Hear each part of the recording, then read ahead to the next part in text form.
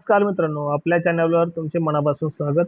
आज आपण ग्रामीण भागातील तरुण, बेरोजगार आणि शेतकऱ्यांसाठी अत्यंत महत्त्वाची असणारी आणि ज्यातून तुम्ही स्वतःचा मोठा व्यवसाय सुरू करू शकता अशा एका सरकारी योजनेबद्दल बोलणार आहोत. या योजनेचं नाव आहे मुख्यमंत्री ग्रामीण पशुधन उद्योजकता योजना. या योजनेअंतर्गत तुम्हाला शेळीपालन, दुग्ध व्यवसाय किंवा कुक्कुटपालनासाठी सरकारकडून भरघोस अनुदान मिळते. आपण आजच्या या व्हिडिओमध्ये बघणार आहोत की याचा लाभ कसा घ्यायचा, कोणती कागदपत्रे लागतात आणि विशेषतः योजनेअंतर्गत शेळीपालन व्यवसाय कसा करायचा, शेळ्यांचे व्यवस्थापन कसे करायचे याची संपूर्ण ए टू झेड माहिती या व्हिडिओमध्ये आपण पाहणार आहोत. तरी व्हिडिओ शेवटपर्यंत नक्की पहा, कारण अर्धवट माहिती फायद्याची ठरत नाही.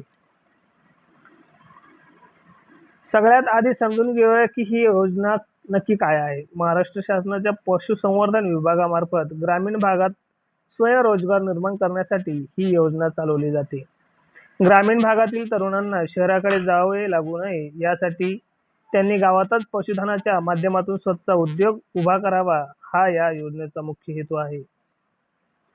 या योजनेअंतर्गत 10 शेळ्या, 1 बोकड किंवा 20 शेळ्या, 2 बोकड अशा गटांमध्ये शेळी पालनासाठी आर्थिक सहाय्य दिले जाते आहे.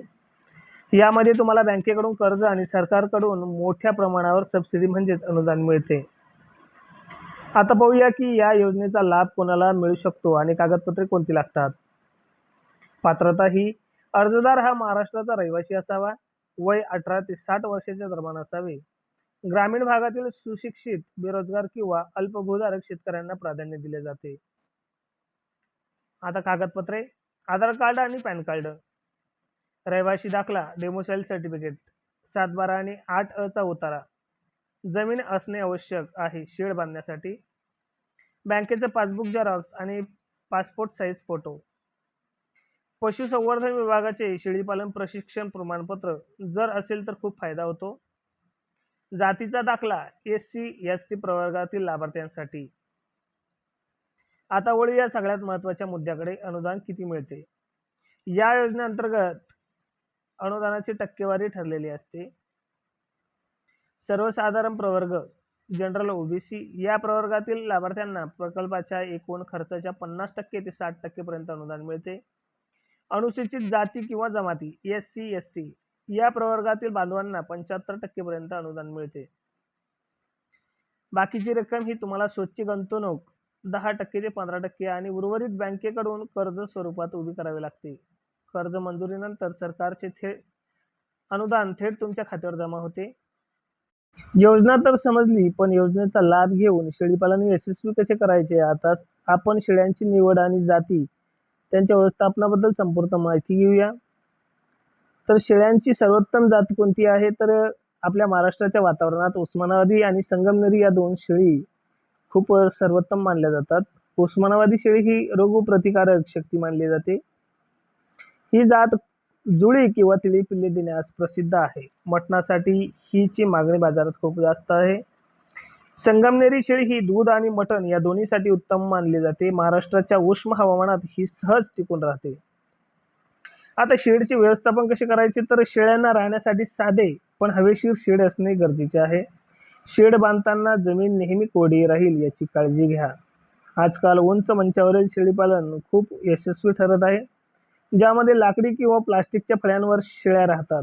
त्यामुळे लेंडी आणि मूत्र खाली पडते आणि शेड स्वच्छ राहते, यामुळे शेळ्यांना आजार होत नाही.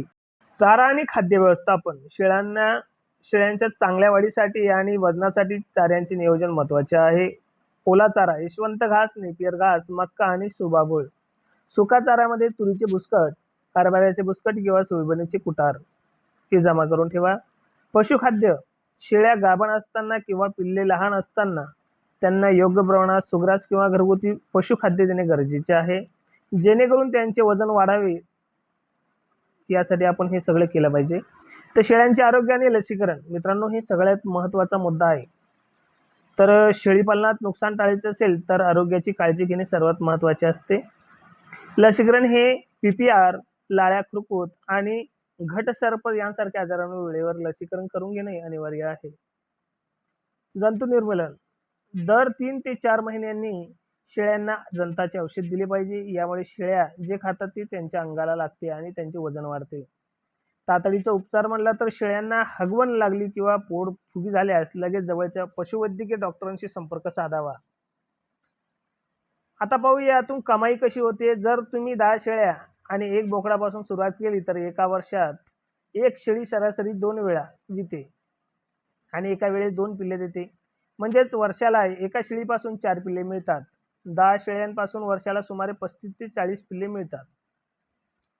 जर आपण एक बोकडाची किंमत बाजारात सरासरी 8,000 ते 10,000 रुपये मानली तर वर्षाला सर्व खर्च वजा करून तुम्ही 2 ते 2.5 लाखापर्यंत शुद्ध नफा सहज कमवू शकता.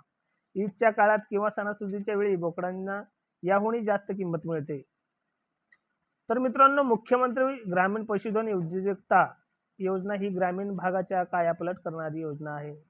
जर तुमच्याकडे स्वच्छ जमीन असेल किंवा तुम्ही काहीतरी नवीन करू इच्छित असाल तर आजच तुमच्या जवळच्या पशुधन विकास अधिकारी, पंचायत समिती किंवा जिल्हा पशुसंवर्धन उपायुक्त कार्यालयाशी संपर्क साधा आणि या योजनेचा अर्ज भरा.